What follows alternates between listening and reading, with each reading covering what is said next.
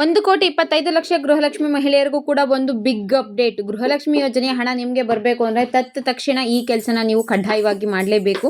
ಹೌದು, ಲಕ್ಷ್ಮಿ ಹೆಬ್ಬಾಳ್ಕರ್ ಮೇಡಮ್ ಅವರೇ ಒಂದು ಪತ್ರಿಕಾಗೋಷ್ಠಿಯಲ್ಲಿ ಮಾಹಿತಿಯನ್ನು ತಿಳಿಸಿದ್ದಾರೆ ಅನ್ನೋ ಒಂದು ಲೇಟೆಸ್ಟ್ ಅಪ್ಡೇಟ್ ಬಂದಿದೆ. ಇನ್ನು ಮುಂದೆ ಗೃಹಲಕ್ಷ್ಮಿ ಯೋಜನೆಯ ಹಣ ನಿಮಗೆ ಬರಬೇಕು ಅಂದರೆ ಖಂಡಿತವಾಗ್ಲೂ ನೀವು ಈ ಕೆಲಸನ ಮಾಡಲೇಬೇಕು. ಹಾಗಿದ್ರೆ ಏನು ಕೆಲಸ, ಏನು ಹೊಸ ರೂಲ್ಸ್ ಬಂದಿದೆ, ಹಾಗಿದ್ರೆ ಇನ್ನು ಮುಂದೆ ಹಣ ಬರೋದಿಲ್ವಾ? ತಿಳ್ಕೊಬೇಕಾ? ವಿಡಿಯೋನ ಕಂಪ್ಲೀಟ್ ಆಗಿ ನೋಡಿ, ಎಲ್ಲೂ ಕೂಡ ಸ್ಕಿಪ್ ಮಾಡಬೇಡಿ. ಹಾಗೆ ಅರ್ಧ ವಿಡಿಯೋ ನೋಡ್ಬಿಟ್ಟು ಯಾರು ಕೂಡ ಕಮೆಂಟ್ ಮಾಡೋಕ್ಕೆ ಹೋಗಬೇಡಿ. ಒಂದು ಇಂಪಾರ್ಟೆಂಟ್ ಇನ್ಫಾರ್ಮೇಷನ್ನ ತಿಳಿಸ್ಕೊಟ್ಟಿದ್ದೀನಿ. ಸುಮಾರು ಜನ ಕಮೆಂಟ್ ಮಾಡ್ತಾನೆ ಇದ್ದೀರಿ, ನಮ್ಗೆ 14, 15, 16, 17, 18, 19, 20, 21ನೇ ಕಂತುವರೆಗೂ ಹಣನೇ ಬಂದಿಲ್ಲ, ನಮಗೆ ಗೃಹಲಕ್ಷ್ಮಿ ಹಣ ಸಾಕಷ್ಟು ಮಂತ್ಗಳಿಂದ ಸ್ಟಾಪ್ ಆಗಿಬಿಟ್ಟಿದೆ ಅಂದರೆ ದಯವಿಟ್ಟು ವಿಡಿಯೋನ ನೋಡಿ. ನಿಮಗೋಸ್ಕರನೇ ಈ ಇನ್ಫಾರ್ಮೇಷನು. ಈ ರೀತಿಯ ಒಂದು ಹೊಸ ಅಪ್ಡೇಟು ಎಲ್ಲ ವಾಟ್ಸಪ್ ಗ್ರೂಪ್ಗಳಲ್ಲಿ ಹಾಗೂ ಟೆಲಿಗ್ರಾಮ್ ಗ್ರೂಪ್ಗಳಲ್ಲಿ ಬರ್ತಾ ಇದೆ. ಯೂಟ್ಯೂಬ್ಗಳಲ್ಲೂ ಕೂಡ ಇದ್ರ ಬಗ್ಗೆ ವಿಡಿಯೋ ಮಾಡಿ ಹಾಕ್ತಾ ಇದ್ದಾರೆ.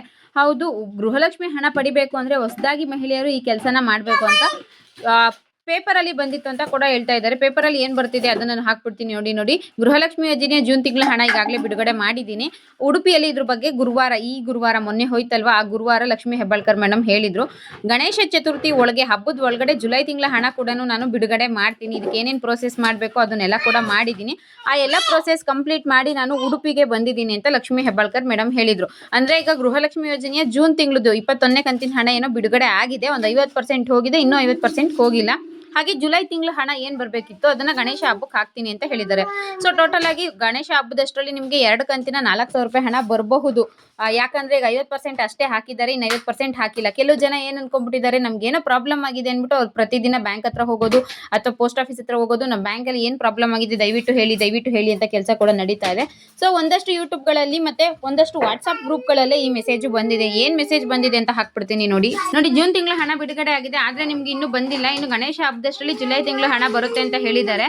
ಹಾಗೆ ಇನ್ನೂ ಕೂಡ ನಿಮಗೆ ಗೃಹಲಕ್ಷ್ಮಿ ಯೋಜನೆಯ ಹಣ ಬಂದಿಲ್ಲ ಅಂದರೆ ಈ ಕೂಡಲೇ KYCನ ಮಾಡಿಸ್ಕೊಳ್ಳಿ ಅಂತ ಒಂದು ಮೆಸೇಜು ಎಲ್ಲ ಟೆಲಿಗ್ರಾಮ್ ಗ್ರೂಪ್ಗಳಲ್ಲಿ, ವಾಟ್ಸಪ್ ಗ್ರೂಪ್ಗಳಲ್ಲಿ ಹರಿದಾಡ್ತಾ ಇದೆ. ಪ್ರತಿಯೊಬ್ಬರು ಕೂಡ KYCನ ಮಾಡಿಸ್ಕೊಳ್ಳಿ ಅಂತ.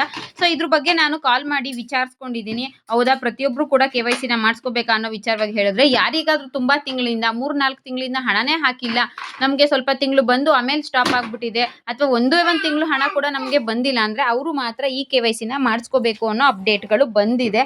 ಒಂದ್ಸಲ ಹೋಗಿ KYC ಅನ್ನೋದಕ್ಕಿಂತ ಸುಮ್ಮನೆ ನಿಮ್ಮ ಆಧಾರ್ ಕಾರ್ಡು, ಗೃಹಲಕ್ಷ್ಮಿ ಅಪ್ಲೈ ಮಾಡಿರೋ ಸ್ಲಿಪ್ ಇದೆ ಅಲ್ವಾ, ಅದನ್ನು ತಗೊಂಡು ಹೋಗಿ ನಮಗೆ ಹಣ ಬಂದಿಲ್ಲ, ಏನಕ್ಕೆ ಬಂದಿಲ್ಲ ಅಂತ ಚೆಕ್ ಮಾಡ್ಕೊಳ್ಳಿ. ಅಪ್ಲಿಕೇಶನ್ ಸ್ಟೇಟಸ್ನ ಚೆಕ್ ಮಾಡ್ಕೊಳ್ಳಿ. ಮತ್ತು KYC ಮಾಡಿಸೋದ್ರ ಬಗ್ಗೆ ಇನ್ನೂ ಕೂಡ ಗೌರ್ಮೆಂಟ್ ಕಡೆಯಿಂದ ಅಪ್ಡೇಟು ಸಿಕ್ಕಿಲ್ಲ. ಬಟ್ ಕೆಲವ್ರು ಮಾತ್ರ ಹೇಳ್ತಾ ಇರೋದ್ರಿಂದ ಒಂದ್ಸಲ ಹೋಗಿ, ಸುಮಾರು ತಿಂಗಳಿಂದ ನಿಮಗೆ ಹಣ ಬಂದಿಲ್ಲ, ಒಂದು ಸ್ವಲ್ಪ ತಿಂಗಳು ಬಂತು ಆಮೇಲೆ ಬಂದೇ ಇಲ್ಲ, ನಾನು ಅಪ್ಲೈ ಮಾಡಿದ್ದೀನಿ ಆದರೂ ಕೂಡ ನಮ್ಗೆ ಒಂದ್ಸಲನೂ ಹಣ ಬಂದಿಲ್ಲ ಅಂದರೆ ದಯವಿಟ್ಟು ನೀವು ಅಂಥವ್ರು ಹೋಗಿ ಒಂದ್ಸಲ KYCನ ಮಾಡಿಸ್ಕೊಳ್ಳಿ. KYC ಮಾಡಿಸ್ಕೋಬೇಕು ಅಂತ ಒಂದು ಹೊಸದಾಗಿ ಮಾಹಿತಿಯನ್ನು ತಿಳಿಸ್ಕೊಡ್ತಾ ಇದ್ದಾರೆ. ಇದ್ರ ಬಗ್ಗೆ ಉನ್ನತವಾದ ಅಂದರೆ ಇನ್ನು ಹೆಚ್ಚಿನ ಮಾಹಿತಿಯನ್ನು ನಾನು ಮುಂದಿನ ವಿಡಿಯೋಗಳಲ್ಲಿ ತಿಳಿಸಿ ಹೇಳ್ತೀನಿ. ಸದ್ಯಕ್ಕೆ ಬಂದಿರೋ ಲೇಟೆಸ್ಟ್ ಅಪ್ಡೇಟ್ ಪ್ರಕಾರ ನಿಮ್ಗೇನಾದರೂ ಹಣ ರಿಸೀವ್ ಆಗಿಲ್ಲ ಅಂದರೆ, ಹಣ ಸ್ಟಾಪ್ ಆಗಿತ್ತು ಅಂದರೆ ಅಂಥವ್ರು ಮಾತ್ರ KYCನ ಮಾಡಿಸ್ಕೊಳ್ಳಿ ಅಂತ ಹೇಳಲಾಗ್ತಾ ಇದೆ. ಆಮೇಲೆ ಇನ್ನೊಂದು ವಿಚಾರ ಏನಪ್ಪಾ ಅಂದರೆ, ಇದರಲ್ಲಿ ನಿಮ್ಗೇನೋ ಹಣ ಪ್ರತಿ ತಿಂಗಳು ಬರ್ತಾ ಇದೆ, ನಮಗೇನು ಪ್ರಾಬ್ಲಮ್ ಇಲ್ಲ ಅಂತ ಹೇಳಿದ್ರೆ, ಅಥವಾ ಈ ತಿಂಗಳು ಹಣ ಹಾಕಿದ್ರಲ್ಲ ಅದು ಮಾತ್ರ ಬಂದಿಲ್ಲ ಅಂದರೆ ನೀವು KYC ಮಾಡಿಸ್ಕೊಳ್ಳೋಂಥ ಅವಶ್ಯಕತೆ ಇರೋದಿಲ್ಲ.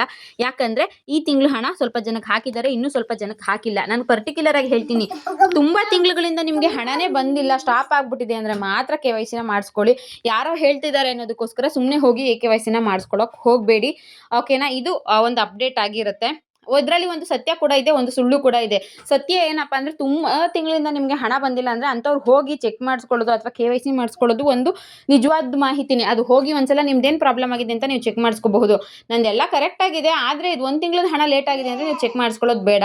ಈ ವಿಚಾರ ತಿಳ್ಕೊಂಡು ಪ್ರತಿಯೊಬ್ಬರು ಹೋಗೋದು, ಗ್ರಾಮವನ್ನು ಕರ್ನಾಟಕವನ್ನಲ್ಲಿ KYC ಮಾಡಿಸ್ಕೊಳ್ಳಿ ಅನ್ನೋದು, ಅದೆಲ್ಲ ಕೂಡ ಕೆಲವು ಕಡೆ 100, 200, 300 ರೂಪಾಯಿ ಹಣ ಕೂಡ ಪಡ್ಕೊಂಡು ಜನರಿಗೆ ಮೋಸ ಮಾಡ್ತಾರೆ. ಕೆಲವ್ರು ಗೊತ್ತೇ ಆಗೋದಿಲ್ಲ, KYC ಮಾಡ್ತೀವಿ ಅಂತ ಹೇಳ್ತಾರೆ, KYC ಅಂದ್ರೆ ಏನು ಅನ್ನೋದೇ ಗೊತ್ತಾಗಿಲ್ಲ ಹಳ್ಳಿ ಜನರಿಗಂತೂ.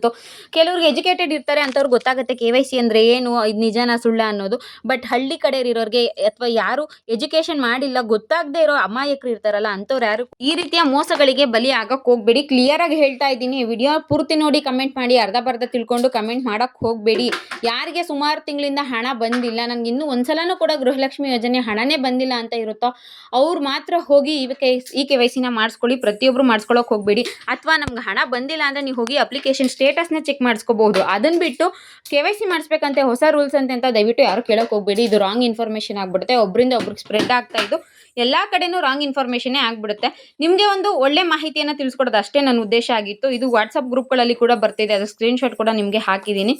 ಇದಿಷ್ಟು ಇವತ್ತಿನ ಉಪಯುಕ್ತ ಮಾಹಿತಿ ಆಗಿತ್ತು. ವಿಡಿಯೋ ಇಷ್ಟ ಆಗಿರಬಹುದು ಅನ್ಕೋತೀನಿ. ಹಾಗಿದ್ರೆ ಒಂದು ಲೈಕ್ ಮಾಡಿ, ಶೇರ್ ಮಾಡಿ, ಇದೇ ರೀತಿ ನನ್ನ ಚಾನಲ್‌ಗೆ ನೀವು ಸಪೋರ್ಟ್ ಮಾಡ್ತಾ ಇರಿ. ವಿಡಿಯೋ ನೋಡಿದ ಪ್ರತಿಯೊಬ್ಬರಿಗೂ ಕೂಡ ನನ್ನ ಹೃದಯಪೂರ್ವಕ ಧನ್ಯವಾದಗಳು. Thank you so much.